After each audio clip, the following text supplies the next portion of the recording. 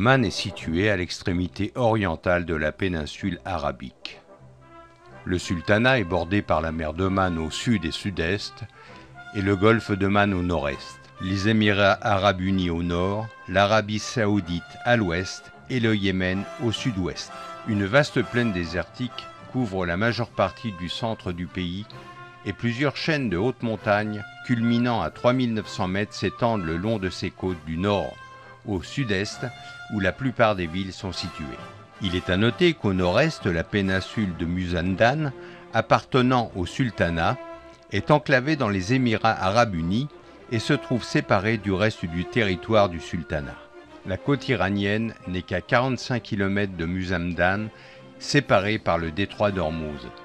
Muzamdam est stratégiquement placé à l'entrée du détroit où passe une grande partie du pétrole mondial.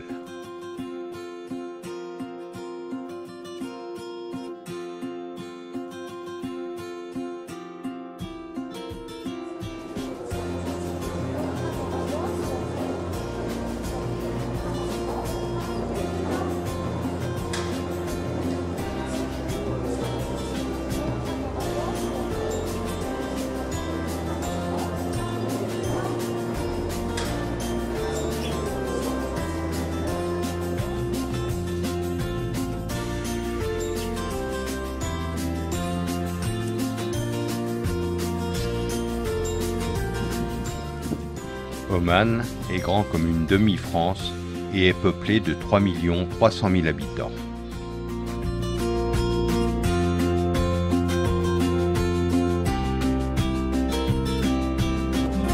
Et Oman aussi, comme il est grand, il est divisé à 8 régions.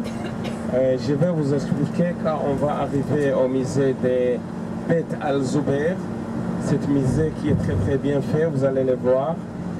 Avec des différentes sections, là où il n'y avait pas beaucoup de mosquées, il n'y avait pas de moyens de transport, il n'y avait pas de lumière.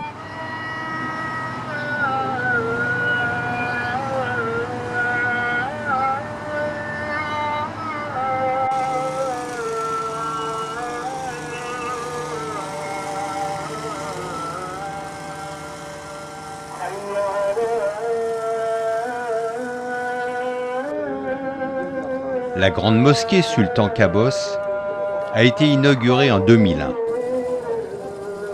Elle occupe quelques 4 hectares et son grand minaret perce le ciel à 91 mètres de hauteur. Une cour intérieure entoure les sanctuaires.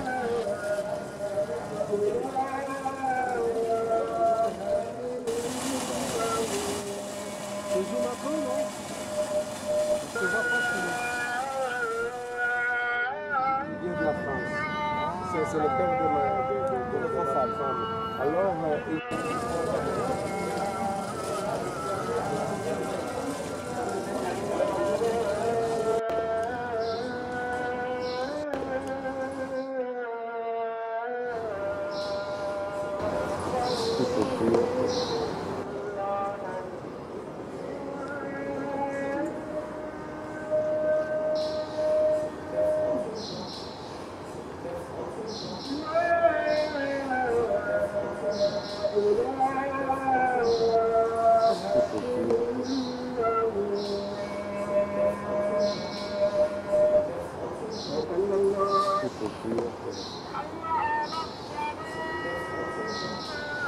La principale salle des prières peut accueillir 20 000 fidèles, éclairée par 35 lustres en cristal Swarovski et plaqué or.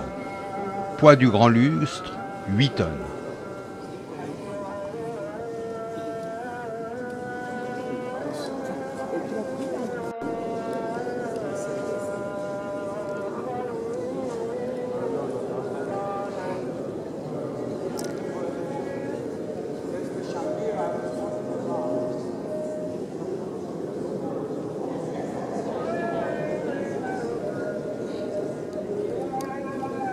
Quant au tapis émaillé de 28 couleurs, il pèse 21 tonnes et il aura fallu 4 ans à 600 ouvrières de la province de Khurasan, en Iran occidental, pour en venir à bout.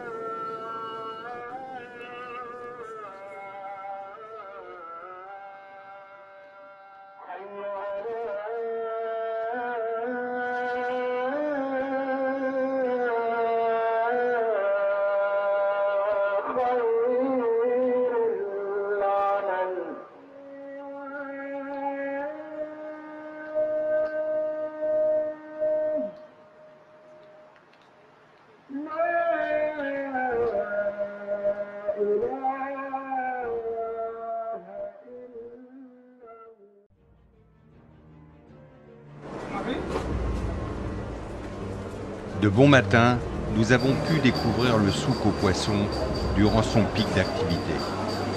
Vers 6 heures du matin, les bateaux de pêche traditionnels, aujourd'hui équipés de moteurs hors-bord japonais, convergent jusqu'au quai pour y décharger et trier la pêche du jour. Le souk n'a rien d'immense, mais on peut y voir quelques 30 espèces différentes de poissons, de l'espadon au requin, en passant par le thon et les sardines.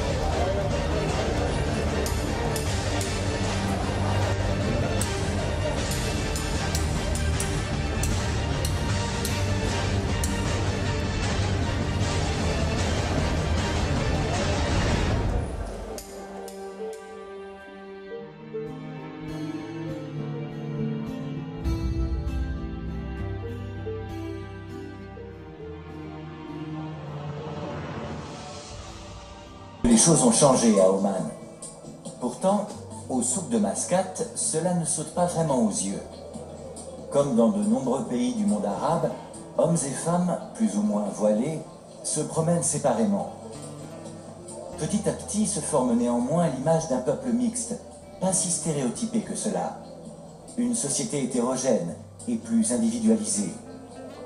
L'ambiance est visiblement détendue dans la ville portuaire, dont les vieux quartiers ne font pas tache dans le paysage, puisque là aussi, l'ancien et le moderne cohabitent harmonieusement.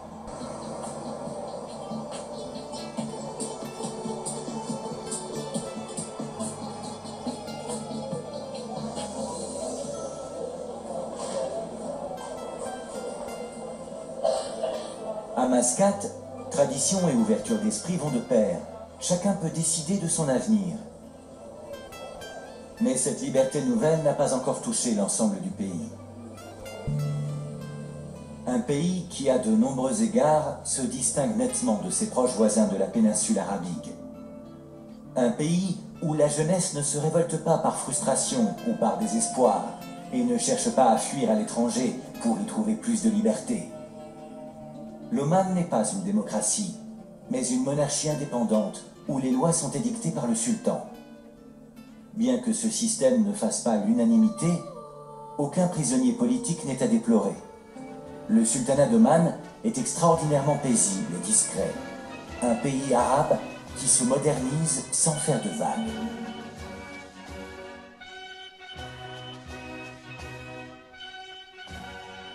L'ancien palais, c'est celui-ci, le nouveau est là. Voilà, ça c'est l'ancien.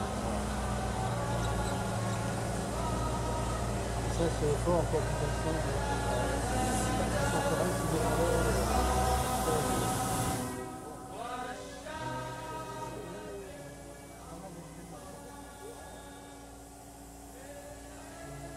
Les temps ont changé au sultanat d'Oman. Le tournant le plus radical a été pris il y a 40 ans, lorsque l'actuel sultan Qaboos a renversé son père, l'envoyant en exil à Londres. Il a alors fait souffler un vent nouveau sur son pays. Jusque-là, aucune ouverture sur le monde et le progrès n'était tolérée dans le sultanat. Le pays vivait replié sur lui-même, comme au Moyen-Âge. La vie quotidienne était régie par des règles ancestrales.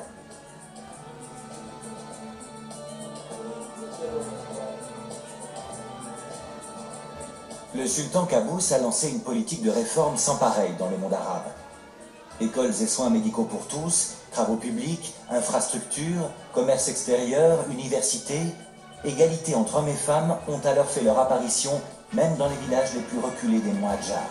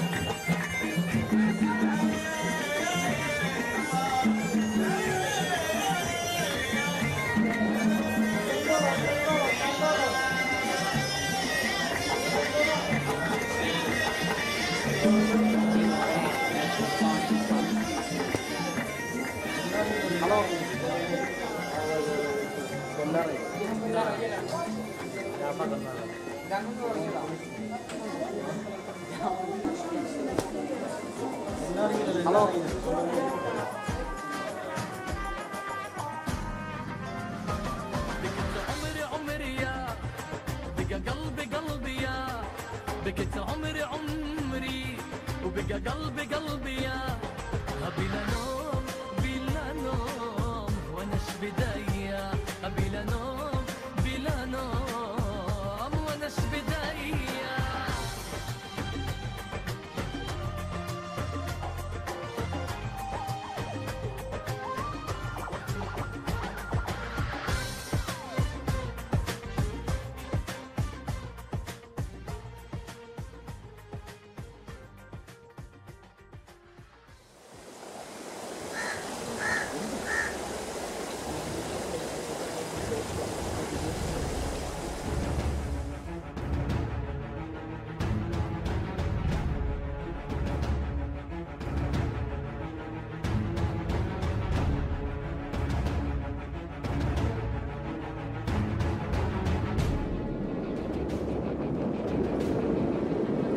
À Oman, pendant des décennies, les dattes, délicieuses, ont constitué le principal revenu du pays.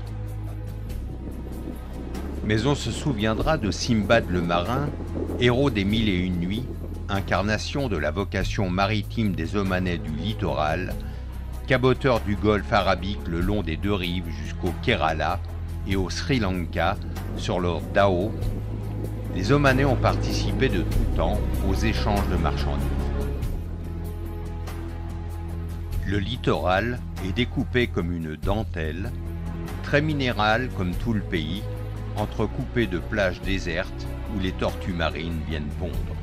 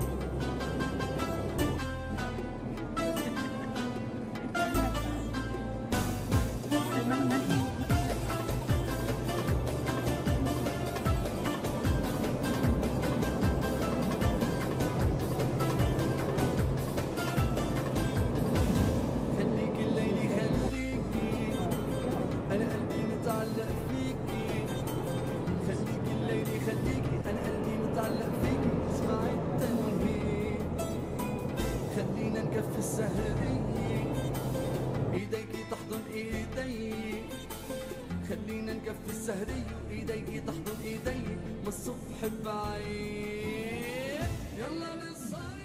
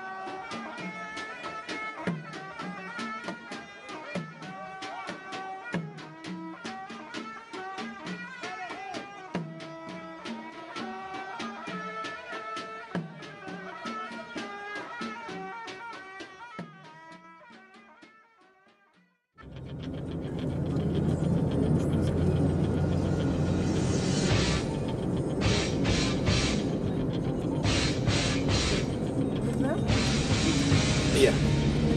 Ça, c'est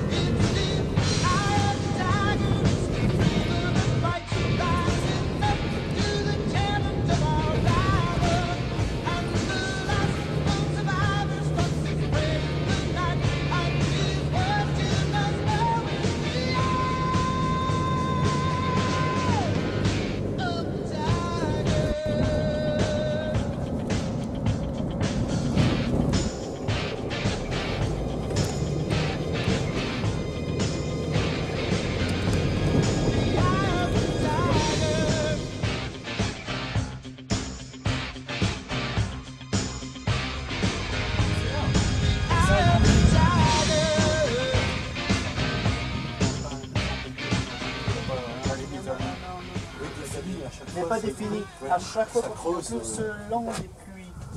Al-Jabal al-Aqdar est un petit village perché à 1800 mètres d'altitude. Perdu au milieu des montagnes, le haut plateau était encore très difficile d'accès il y a quelques années, et on ne l'atteignait pas autrement qu'à dos d'âne. Avec la construction des routes et des écoles, le village s'est rapidement développé. Les gens vivent plutôt bien de la culture des fruits et des légumes dans cette région du pays où le climat est tempéré. Les maisons spacieuses dénotent une certaine prospérité. Chez Samir, la tradition n'a pas entravé l'évolution du mode de vie. Il a 10 garçons et 10 filles. Rien d'exceptionnel pour une famille qui habite à la campagne, nous dit Samir. Ce qui en revanche est totalement novateur, c'est que sa fille de 12 ans, Nihad, participe aux discussions avec les visiteurs de sexe masculin. Des temps plus anciens, il reste tout de même ces légendes que Samir aime transmettre à ses enfants. On raconte souvent l'histoire d'un homme qui s'appelait Kachem Eldani. Il vivait avec son âne dans la montagne, là où elle était tellement escarpée que personne ne pouvait s'y rendre. Kachem était connu pour être un grimpeur hors pair, qui respectait beaucoup la montagne. Un jour qu'il dormait dans la vallée, à côté de son âne, il fut réveillé par des gens qui, du haut d'un sommet montagneux, lui lançaient des remarques désobligeantes et se moquaient de lui. Kachem Eldani se leva lentement, donna des dattes à son âne, puis en mangea quelques-unes. Car il ne possédait que 2 choses dans la vie, des dattes et son âne, et cela lui suffisait. Ouais, c'était comme ça. Pour Samir, aller à l'école était un périple si fastidieux que souvent il devait y renoncer. Aujourd'hui, Nihad et sa sœur n'ont que quelques pas à faire pour se rendre chaque matin à l'école d'Al-Jabal. Pour elles, ce n'est plus du tout une aventure. Leur vie d'écolière est bien réglée.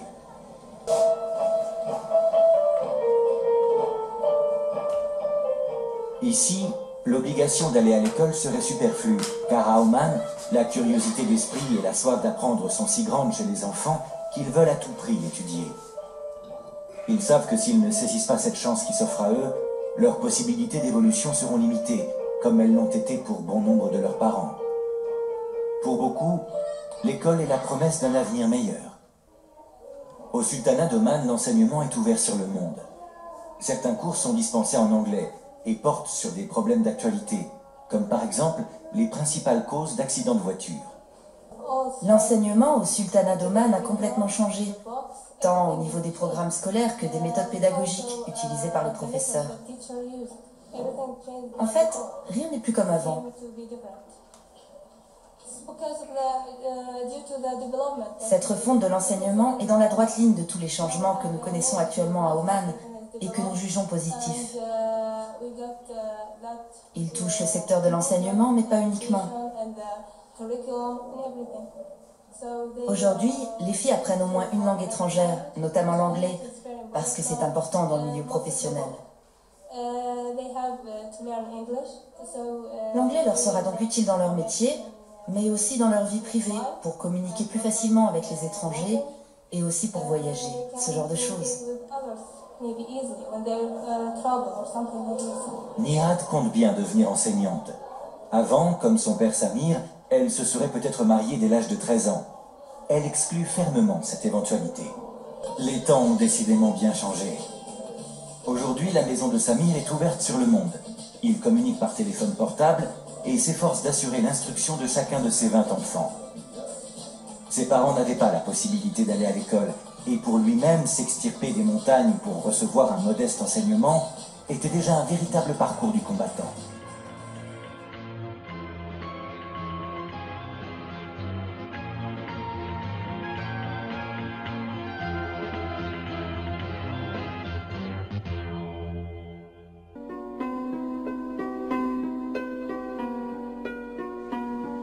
Ces sentinelles de pierre sont autant de témoignages d'un passé troublé et déchiré.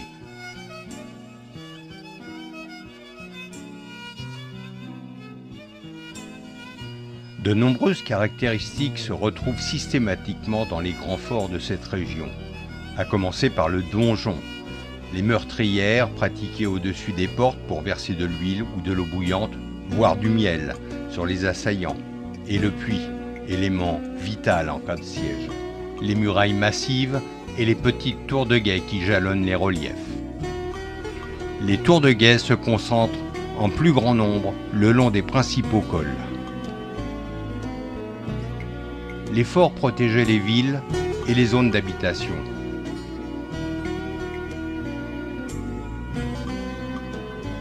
Tandis que les tours de guet veillaient sur les routes commerciales et les canalisations.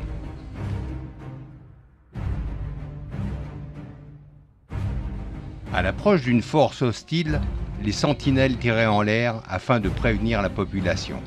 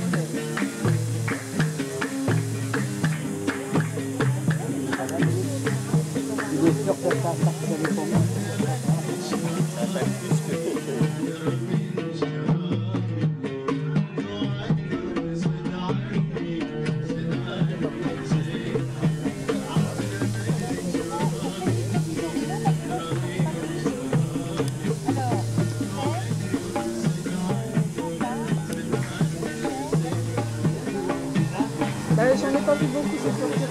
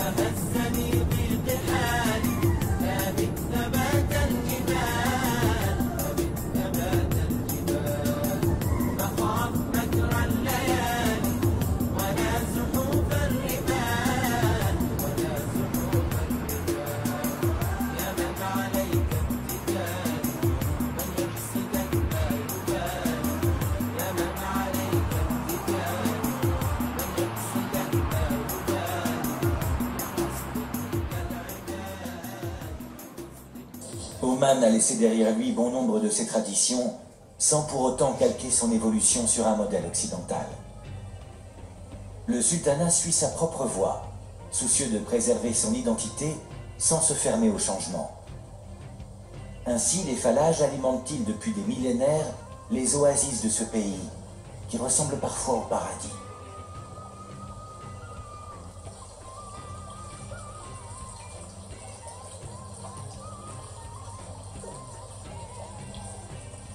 Les Fallages sont les sources de la vie au sultanat d'Oman.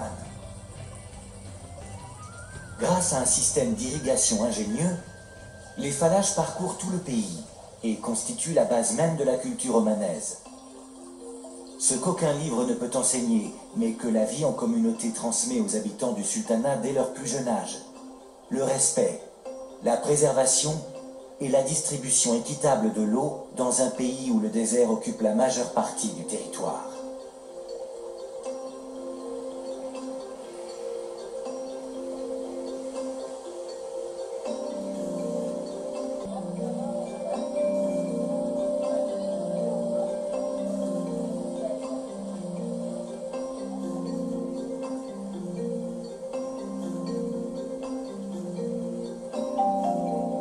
Le système d'irrigation du sultanat d'Oman s'étire sur des milliers de kilomètres et a été inventé il y a des milliers d'années.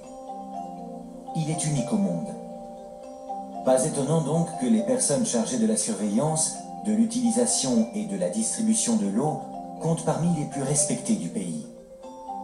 Ici, ceux qu'on appelle les vakils, les gardiens de l'eau, transmettent leur savoir à leurs fils de génération en génération, afin de maintenir le pays en vie, et surtout les plantations de palmiers dattiers.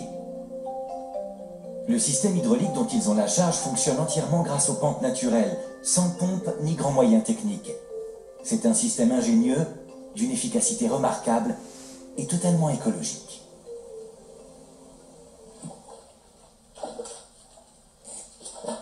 Ahmet a appris le métier de gardien de l'eau de son père, qui lui-même le tenait du sien.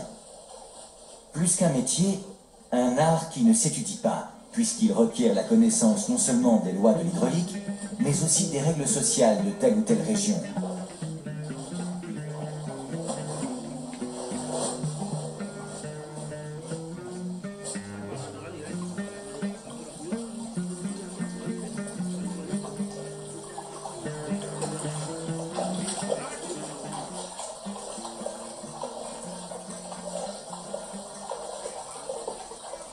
Pour distribuer de l'eau de façon équitable, un vakil doit savoir combien de membres compte chaque famille de la région, quels sont leurs besoins, ce qu'elles cultivent, à quel moment elles doivent avoir le plus d'eau et où.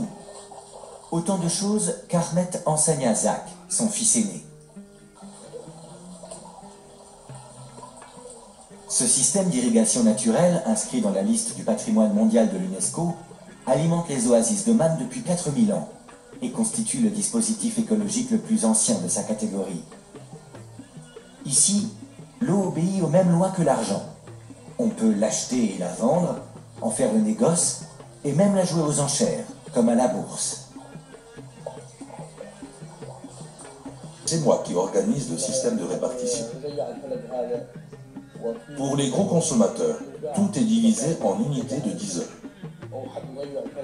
Le reste est ensuite réparti entre les plus petits, soit chacun 5 heures pour 3 jours. Souviens-toi-en bien. Ces 30 heures sont réparties entre tous les consommateurs. Certains bénéficient de 14 heures, d'autres de 28 et d'autres encore de 12 heures seulement. Cela dépend du nombre de palmiers dattiers que chacun possède. Ce phallage fait 7 km de long. C'est l'un des plus grands d'Oman. Et l'eau est si claire qu'on en boirait.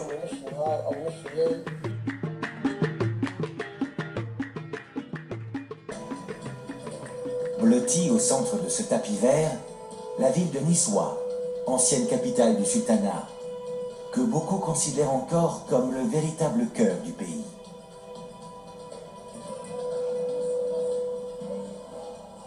Cette ville marchande est depuis toujours très animée. La vie semble plus authentique que nulle part ailleurs dans le pays. Ici, l'habit traditionnel est porté très naturellement et avec fierté, aussi bien par les anciens que par les jeunes. Loin d'être rétrograde, cette habitude vestimentaire montre surtout que les Omanais ne sont pas prêts à succomber à n'importe quel diktat de la mode, en l'occurrence le port du jean et du t-shirt. Ici, la modernisation entend bien se faire dans les esprits et vise l'amélioration de la qualité de vie. Or, en plein désert, porter un jean serré ne contribuerait pas vraiment à rendre le climat plus supportable. Bien sûr, dans les rues, on croise des 4x4 qui font la fierté de leurs propriétaires. Mais ces véhicules tout-terrain sont totalement adaptés au relief accidenté de la région. Quant aux téléphones portables que même les plus âgés des cheikhs utilisent, ils sont vite dissimulés dans les plis des tuniques. Une fois par mois, Salim et ses frères vont au légendaire marché aux bestiaux de Nizwa, dans la plaine. Un rituel ancestral où transparaissent les racines de l'identité omanaise.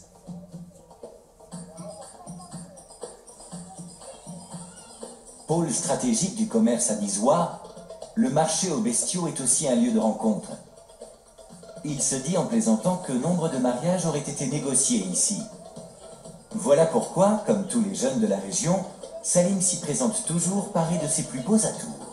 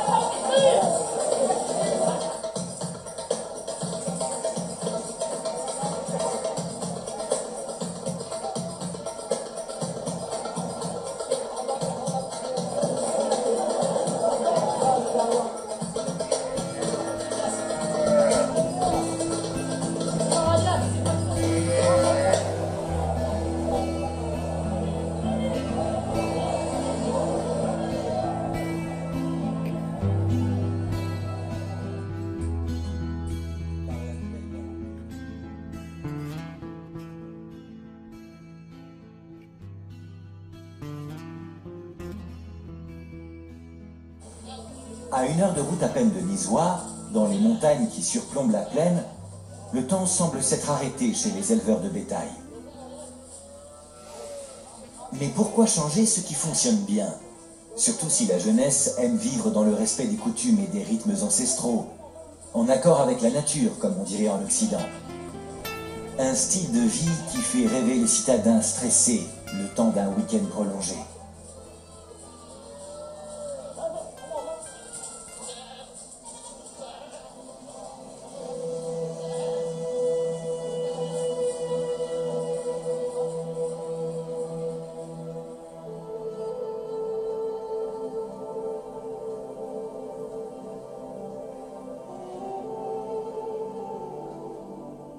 Dans les anciens wadis des monts Hadjar, on éprouve aujourd'hui ce sentiment d'isolement si typique des régions qui semblent coupées du monde. Solitude, simplicité, sérénité. La beauté d'une nature intacte.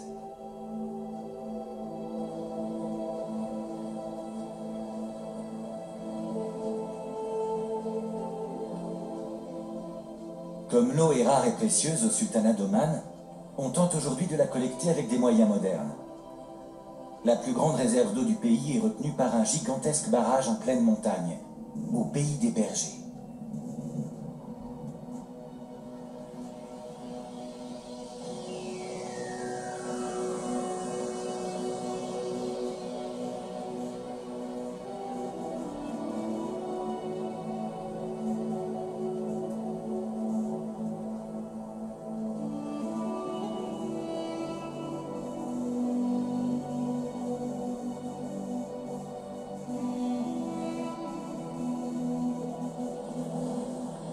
La nourriture pour les bêtes provient des oasis, des vallées verdoyantes où les jeunes et les enfants vont aussi à l'école. Ce qui ne les empêche pas de s'occuper des bêtes tôt le matin et le soir. Une fois encore, tradition et modernité sont conciliées.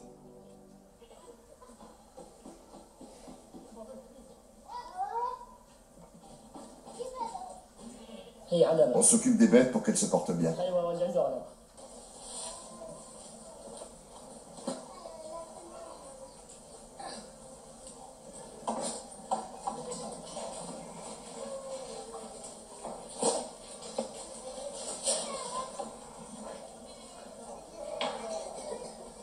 La jeunesse est heureuse dans ces montagnes, et pas par manque d'alternatives.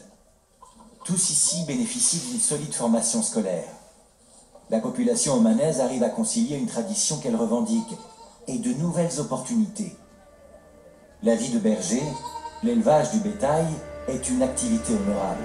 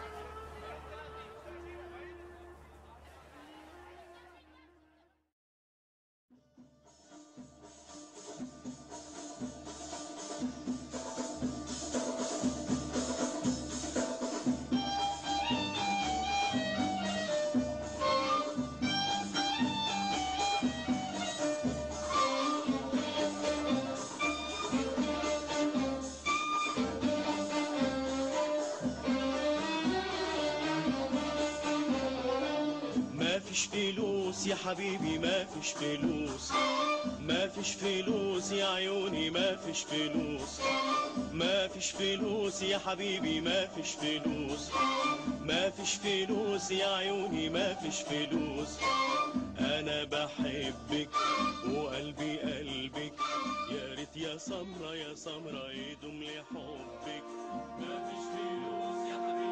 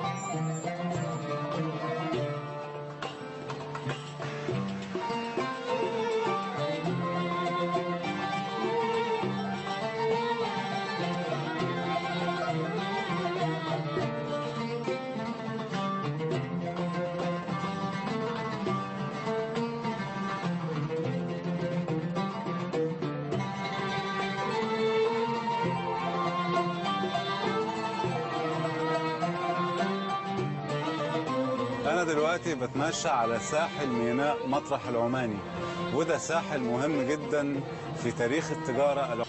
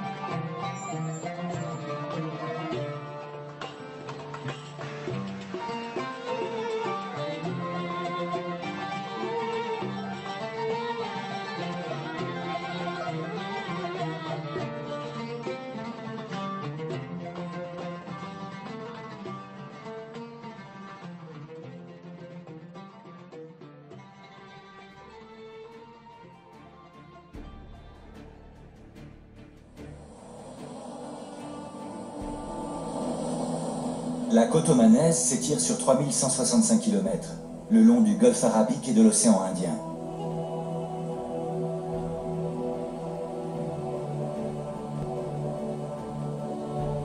Pendant des siècles, l'ancienne ville portuaire de Sour a été un pôle stratégique du commerce avec l'Afrique de l'Est et l'Inde. Ces jeunes marins courageux, mais aussi ces constructeurs de bateaux qui, au fil des générations, se sont assurés le monopole du Dhow, un voilier particulièrement fiable en haute mer, ont fait sa gloire. De l'ancien bastion de la marine omanaise, il ne reste aujourd'hui plus grand-chose. À une époque où les porte-containers règnent sur les mers, les Dhow ne sont plus fabriqués qu'au compte-gouttes, avec pour seule finalité de promener les touristes des Émirats arabes.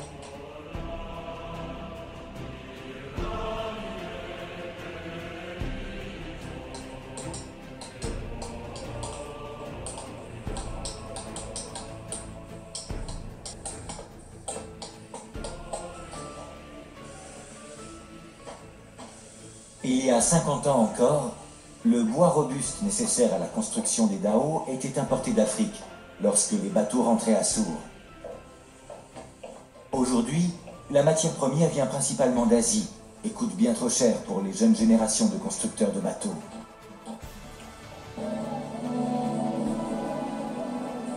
Le sultanat d'Oman a toujours su rester dynamique tout en préservant bon nombre de ses traditions. La jeunesse omanaise se définit ainsi. Nous venons de loin et allons toujours plus loin.